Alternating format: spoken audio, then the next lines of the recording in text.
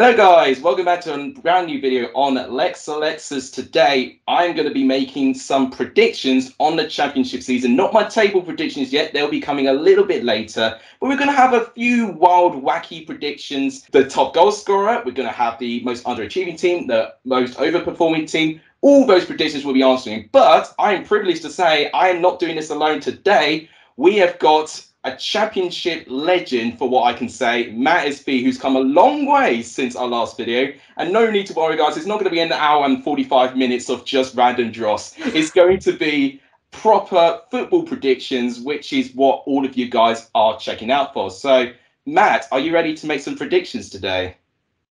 Yes, I am. It's my favourite time of the year, this, when you've got absolutely everything to talk about. The season hasn't started just yet, and I'm looking forward to getting shown up by your predictions. Well, I'm just saying it's under 3 weeks' time now, so it's not so long away now, so we can start making those predictions now. As I would reiterate, both of us are going to make our table predictions a little bit later on when the season is literally right on our doorstep. But we're just going to do a couple of fun predictions today. If you guys have not checked out Matt SB, I don't know what you guys are doing. Just go straight on his channel now and hit the subscribe button. He's doing really, really well and closing in on 15,000 subscribers as well, which is an incredible achievement considering where he was back in January when we did our videos. So congratulations to you. And guys, make sure you give my lad a helping hand. But without any further ado, let's go straight into this video right now. So we have got 10 predictions to talk about. I'm going to start off predicting these predictions. So the first prediction we are going to predict is the player of the season. So last year it was pretty, confirmed who was going to get the player of the season. Alexander Mitrovic just broke the goal scoring record in the modern championship season. So it was very, very easy to kind of get a good idea who the player of the season was. A couple of players stick to my mind. I mean, I did think about the 3 relegated teams. Teemu Pukki stands out already with his goal scoring record in his previous seasons there. One player for Watford who I think could have a great season if he stays is Ismail Assar. He was electric last time in the championship. And then a bit of a wild card, because I want to think about a signing that could also be right up there, is John Swift for West Brom as well. I think he could definitely be one of the signings of the season. And we are actually going to do a signing of the season predictions in a minute, but it's not going to spoil anything. But for me, in terms of the 3 players, I'm thinking it's got to be Teemu Pukki, I think, as of now. I feel like Norwich is one of the 3 teams, relegated, which I think will actually have a decent season. They've got a manager with decent experience, and Teemu Pukki was actually the top goal scorer for Norwich in the Premier League as well, in that squad as well. And I think he'll carry on and score a load of goals in the Championship as well, which would take him and earn him the player of the season. So, Matt, who is your pick for player of the season this season?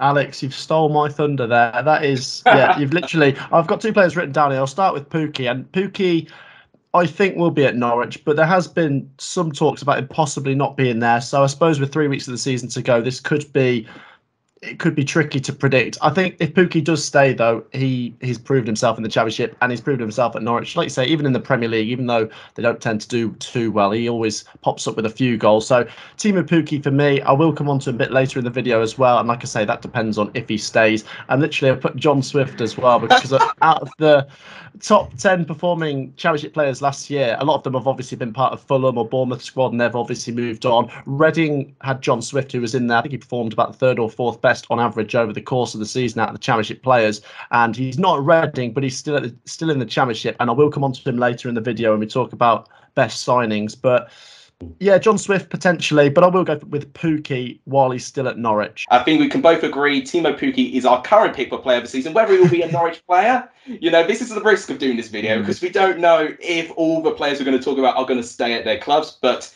as we know, it's about predictions. It's just thinking, are these players going to stay? If so, are they going to be player of the season or whatever? So that's also part of the predictions as well, predicting if they're going to stay at the clubs as well. But yeah, that's our first prediction. So our second prediction, which Matt is going to start us off with this time, is the young player of the season, which I think will be quite interesting. Last year, it was won by Brennan Johnson, of course. So Matt, who is your pick for player, or young player, I should say, of the season? I like this one. I had rummage around and look at what players did last season, obviously the potential of some players that are joining the league this season.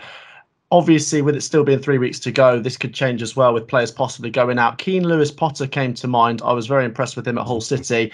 But looking at things today, the 10th of July, he's been linked with a couple of moves, one of them being West Ham, which could go through. I think they took Jared Bowen from Hull City as well, didn't they? So Keane Lewis-Potter, possibly, because of obviously what he did last year, and he's obviously getting better as he gets older. And then an interesting one, a new signing, Tommy Doyle for Sheffield United from Manchester City. He's a youngster. I think he could be decent, but we've not seen all too much of him. That's a bit of a wild card. I'll go with Keane Lewis-Potter while he's still at Hull City, though. That's a really good choice. Tommy Doyle, I was looking within him, but I feel like because I didn't know a lot about him is why I've not picked him. But obviously, I've acknowledged that, he's part of the Man City youth squad there. One I would actually throw in there as well, which you've just given me an idea. Harwood Bellis could be right up there as well. Yeah. He had glimpses of how good he could be with this Stoke City side when he joined Stoke on loan last year in January. But my pick, whether he stays, is just going to find out. I had actually two players in mind, which were two Middlesbrough players, actually. One who's not going to win it because he's actually got another reward is Ryan Giles. I think we forget how young this player still is. I believe he's still 21, 22.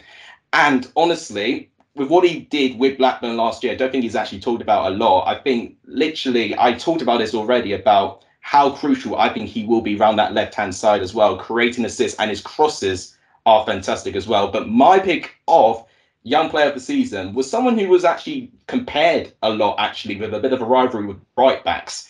My pick is going to be Isaiah Jones. That's if he does stay at Middlesbrough, of course. Jed Spence would have been a fantastic choice, but it really does look like now that Spurs are going to get him in. It looks like talks have agreed in principle. So he would have most definitely have been my pick if he stayed. But with the benefit of the doubt, I'm going to have to go with Isaiah Jones. Just even what Isaiah Jones did last year, I think he was up there actually with being one of the most fouled players in the box in terms of the championship as well. So if anything, I think he'll win Middlesbrough a load of penalties. And in fact, the way he darts forward as well, the pace that he's got, I think on the whole, I think it has to be Isaiah Jones for me. But I'll be interested to hear what you think about that. Yes. Actually, going back to Ryan Giles, which I think is a very interesting pick, because you're right. I thought he might have been a little bit older than that. I thought he could be closer to mid-20s because he's actually been around the Championship a little bit. Obviously, he played for my team, Coventry, had a loan spell.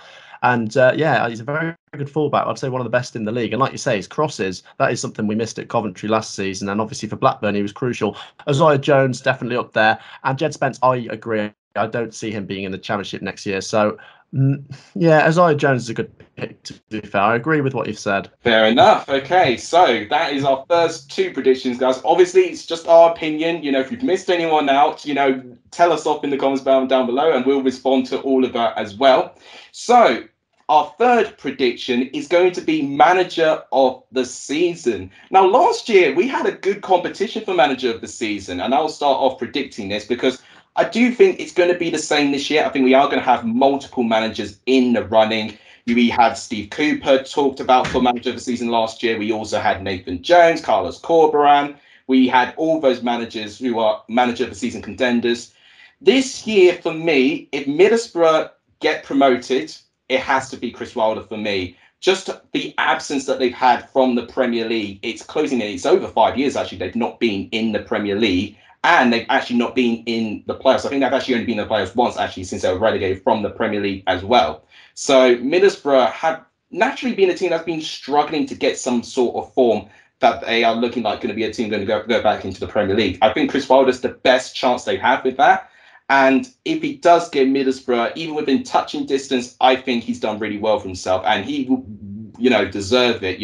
He already picked an LMA manager of the year for what he did with Sheffield United when he got them promoted. So I definitely think he'll get the same plaudits if he does the same with Middlesbrough. So Chris Wilder is my pick for manager of the season. Yeah, and he could have been in the discussion for last season as well because of obviously what he did turn in the round. But obviously, I suppose Cooper and Jones, they took the limelight. It's an interesting one. Wilder's in my picks, but I'm going to go for Heckingbottom at Sheffield United. I was impressed by him. Obviously, he turned things around at Sheffield United. I suppose the difference is with them and Middlesbrough, Sheffield United is still playing with parachute payments, so a little bit of an advantage there. But I've got this suspicion about Sheffield United. I think they will be strong this coming season. And I agree with what you said about Wilder and Middlesbrough. I think works the same with Heckingbottom and Sheffield United. I think if Heckingbottom can get them in that top 2 or win the playoffs, I don't think top 6 is enough. I think they do have to push for it this season. I think Heckingbottom will be up there. I like what he's doing at Sheffield United. Absolutely, yeah. I think you made a really great point about Heckingbottom, actually. I think a lot of people talk about the revival Coop had with Nottingham Forest, but I don't think a lot of people has actually talked about the revival Heckingbottom had as well. He was someone I did think about, actually, but I felt like I feel like part of our predictions is actually, or our early predictions at least, on how the table's going to look is going to be very much based on what our predictions are going to be. I think Sheffield United will be up there. I still think maybe a striker, they could do with, but really apart from that, I feel like they're almost ready to go. So Heckingbottom, I think, is a really good shout there. So our full prediction, which I think will be a very interesting one for debate, which team do you think will overachieve the most this season? So Matt, I'll give you a chance to say which team you think will overachieve the most. This was an interesting one because I looked at some of my early predictions and thought, which teams did I put higher than what other people are expecting? And obviously, a quick word on the newly promoted teams. I feel like Sunderland will do well, but I feel like a few people are expecting them to. So is that overachieving? I'm not sure. Wigan have potential to do well. If Rotherham stay up, I think that's a good achievement.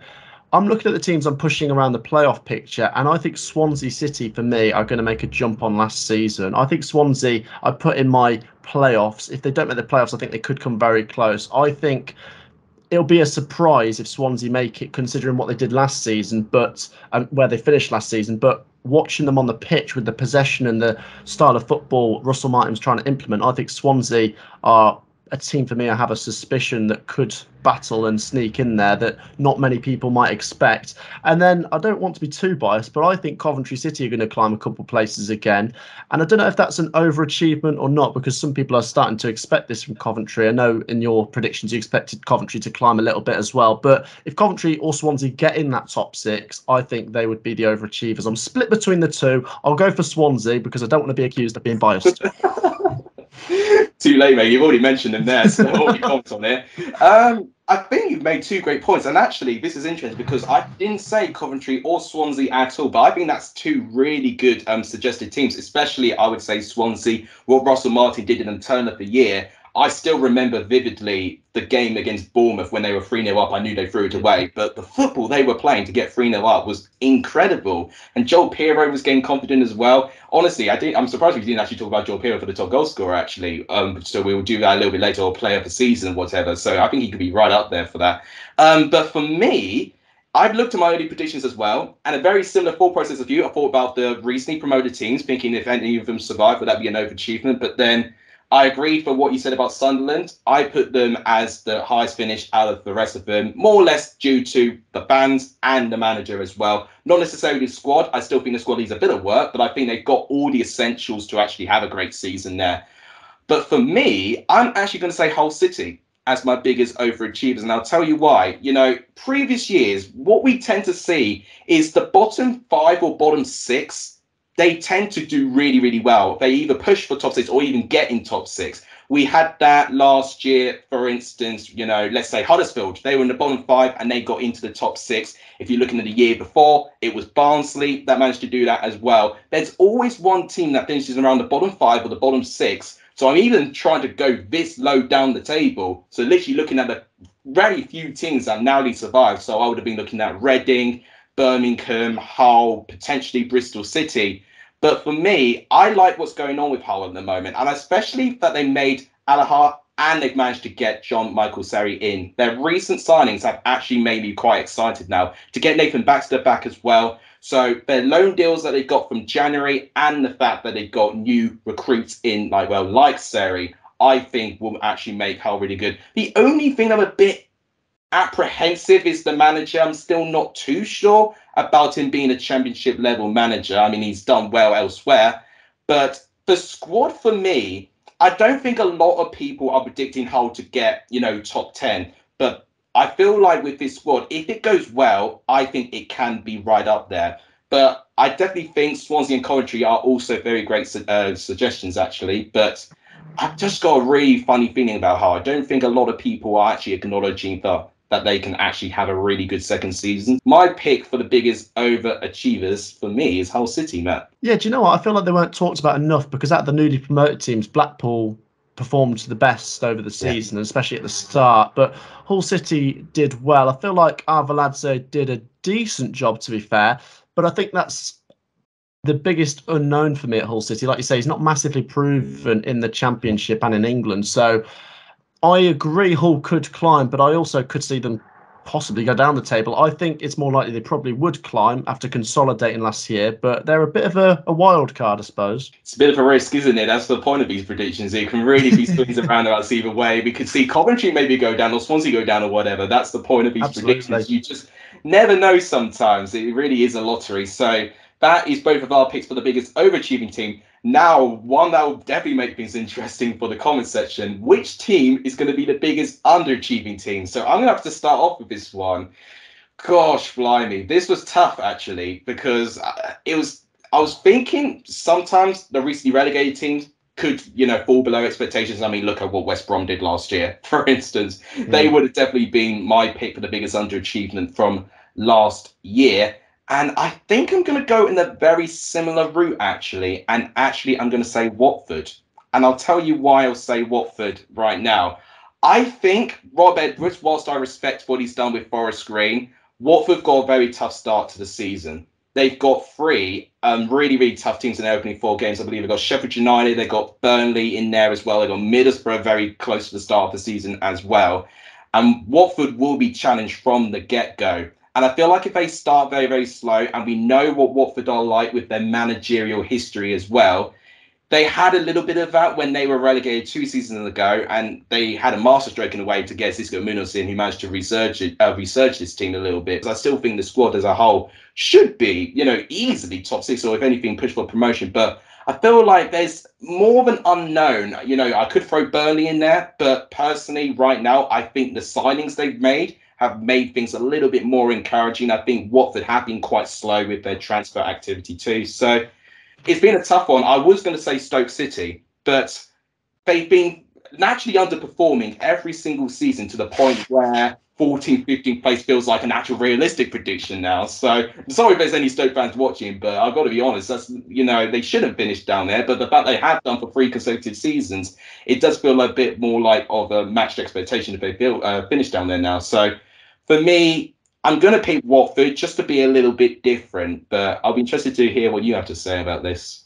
Yeah, so we did go down the same route at the start of what you were saying in terms of looking at the 3 relegated teams. And I feel like there's always a chance one of them will fall below expectations, because looking at the teams that are currently in the Championship from last season, there's a couple that are expected to do well again. Sheffield United, West Brom are probably expected to climb.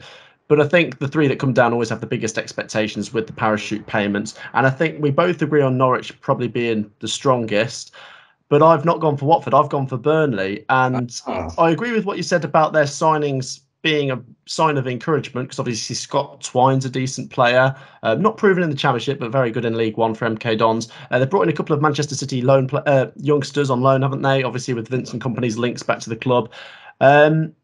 But obviously it's wholesale changes, and this is a risk. I feel like they could prove me wrong and top the league, or they could fall down to possibly 8th, 9th or 10th place. And I think if they don't make the top 6, it's a failure because of obviously the club coming down with parachute payments. And I think you're right in what you say about Watford. It could go that way with Watford. I just look at the fact that they bounced back 2 seasons ago. I know there's not completely the same group of players, but I feel like Watford, for me, will be the second best out of the teams coming down. I think Burnley could be the worst. But like I say, I could be left with egg on my face with Burnley, because if they gel from the start, then I feel like they could have a good season. But I think Burnley have got some tough fixtures at the start. I know they've got Huddersfield on the opening day, and like you said, they're playing Watford quite early on as well. So I think Burnley, if they don't make the top 6, or even if they just finish 5th and 6th and don't win the playoffs, I think that's a failure. Yeah, and I think it's going to be a real test for Vincent Kompany as well, with having those huge expectations there. So I think we did think very similarly to relatively new managers with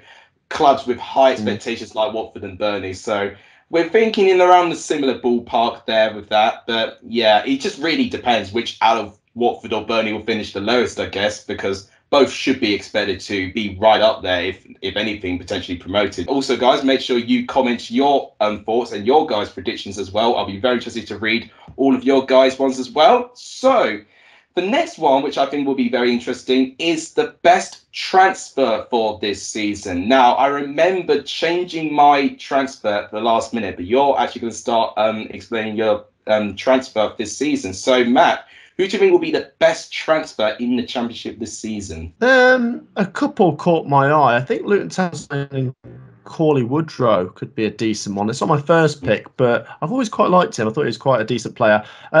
When I did a video talking about clubs as a whole with all their transfer business, not just individual transfers, a team that's really caught my attention is West Bromwich Albion. I think they're being quite sensible, quite smart with their signings. They haven't bought too many players, but the players they've brought in have been good.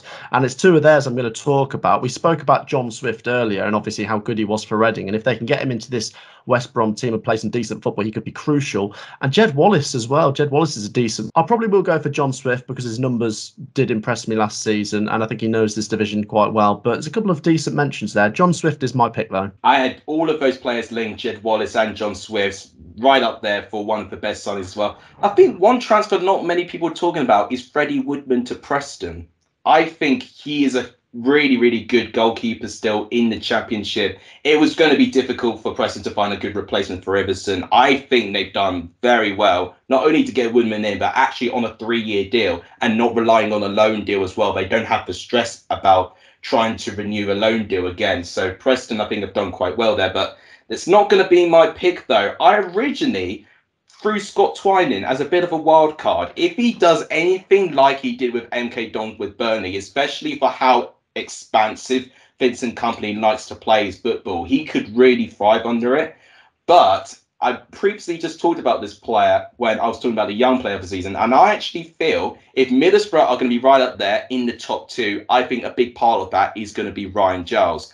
I immediately liked the transfer when I saw it, and I just felt it just seemed right getting him in this situation right now. The way that Middlesbrough play, actually, in terms of attacking very, very wide as well, they were calling for a player like Ryan Giles to be right in that position as well.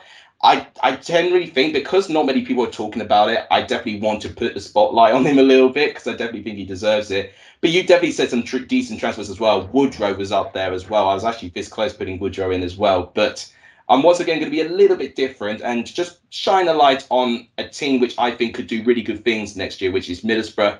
And therefore, I'm going to pick one of Middlesbrough's transfers, which I would say maybe they made a bit too much at the moment. They got a lot of players in, so they need to gel.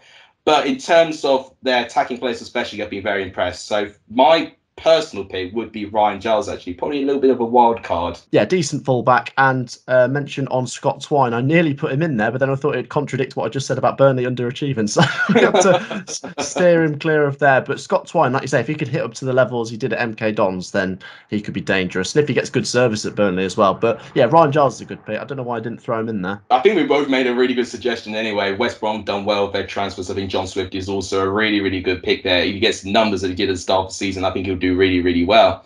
So now it is the worst transfer we predict for this season as well, which I think will get some people unhappy. And I'll start off with this. For me, I'm just going to pick a signing which I felt was a little bit pointless, really. And for me, it's Tom Ince for Reading. I've got to say, I just don't think Tom Ince is really a Championship striker of quality anymore. I didn't really see too much of a point of him bringing him in, with Reading. I know he scored maybe 1 or 2 goals to help Reading survive, when they needed him. But for a full season, I don't think he's going to be the answer to keep Reading up into the Championship. We've seen him previously at Stoke, where he disappointed. We saw him at Luton when he disappointed. It's just a disappointment of a striker, unfortunately, at this moment of time. So I'm maybe controversial, I don't know, but I'm picking Tom Ince as going to be the most underwhelming or the worst transfer of this season. What do you think, Matt? You must have been looking at my notes because I did have Tom Ince. I've actually put another name, so I can speak about a different player here. I did put Tom Ince, and I thought it was a very strange one. I just think it's down to Paul Ince being there, and that's all it can be. I looked at his numbers last season. I think he had 15 appearances in the second half of the season, and you're right, he got 2 goals. I've chucked Tom Eaves in there. I don't like being disrespectful or anything, but Tom Eaves is a player I've never massively rated as a striker. He's gone to Rotherham. Obviously, they can play quite direct with him, obviously, with his aerial threat, but I don't think he's going to do enough for them up front. They might have to rely on other players if they want to survive. I've never really rated Tom Eaves. He's supposed to be the one replacing Michael Smith as well. You know, when Rotherham are already chucking out their two best players from last year, they're already going to be in the back foot, really. I mean, Tom Eaves, he's returning to a club. He was actually a Rotherham player before at Hull. He had all a right appearance there, but then last year, there was almost no point in being there as well. Yeah, no, that's another one I actually did think about as well, but I just felt Tom Ince was just appropriate, really, and is actually going to lead pretty well to the next prediction, which is going to be the first manager to get sacked. And you've got this one first, Matt. So who do you think will be the first manager to be sacked this season? Well, I looked at my early championship predictions and thought, let's look at the clubs that put in the bottom 5 or 6 and which manager would be most likely to go.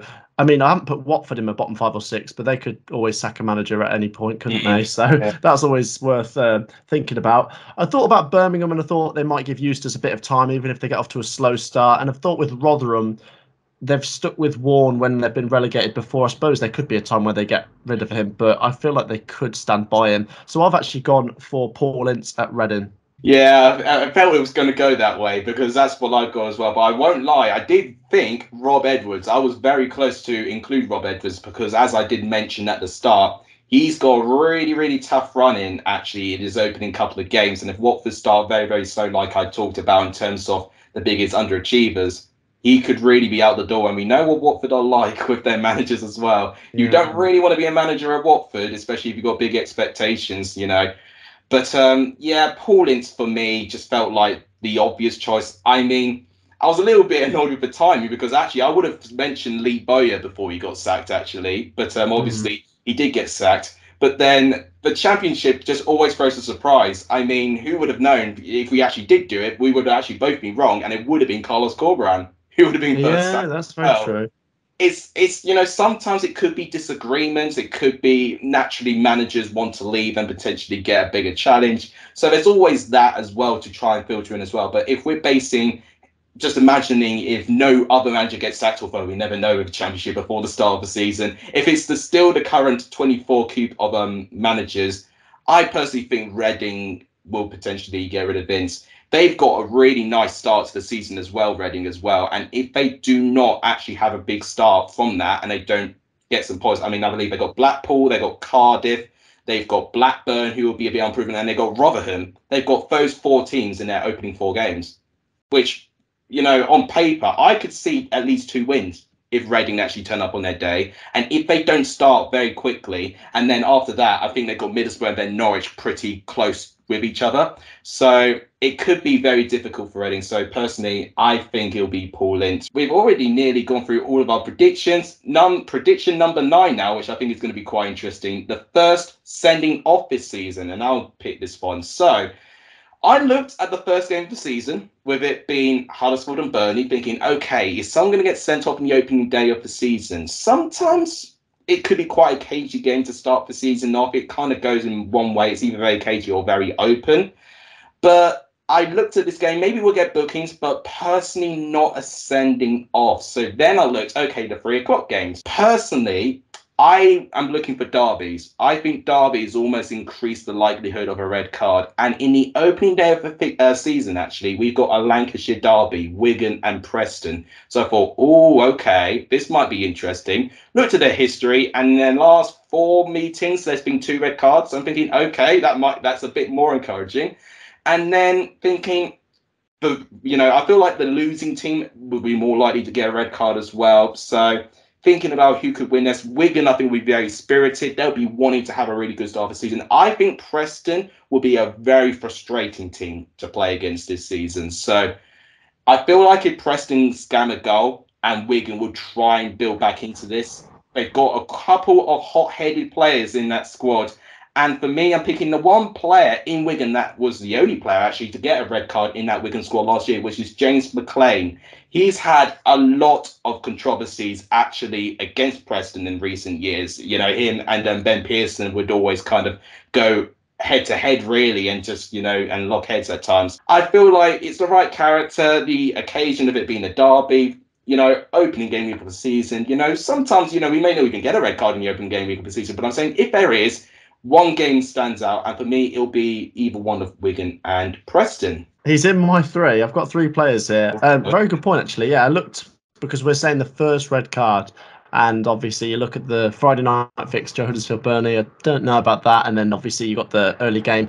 I think there is always a chance come the 3 p.m. kickoffs that at least be one red card in those games. And James McLean's actually a player I've thought of because obviously you think of his track record. He's obviously been involved in a few incidents.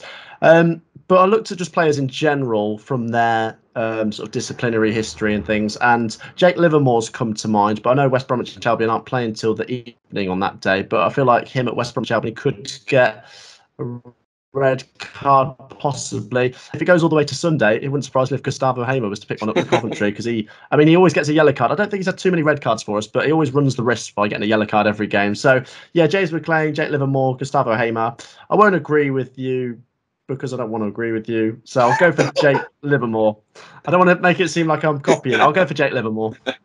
No, fair enough. I think Livermore is actually a really good shout, actually. I feel like, especially with the experience he's had, the leadership that he has as well, and West Brom in this season, wanting to really push on from last year as well.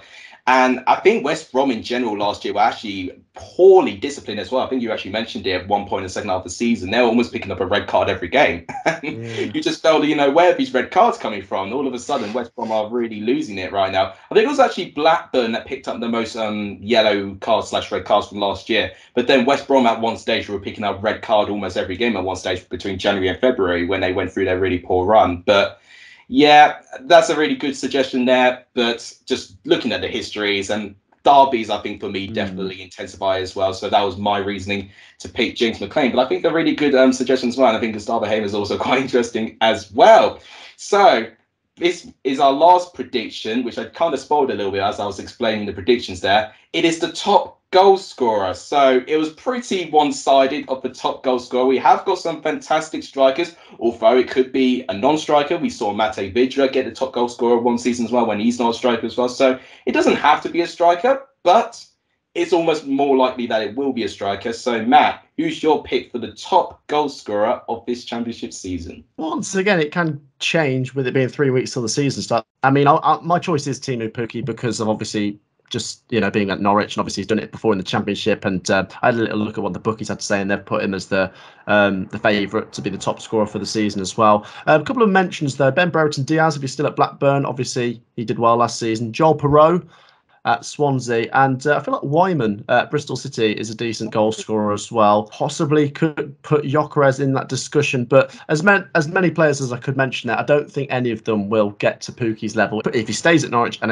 if he has an injury-free season, I think it's always going to be Pukki. I think a bit similar to Mitrovic. He could start off quite slow, but when he's on a roll, it's very difficult to stop him as well. I remembered last season where he ripped Huddersfield apart with a 7-0 victory. Yeah. He was riding the heart of that as well.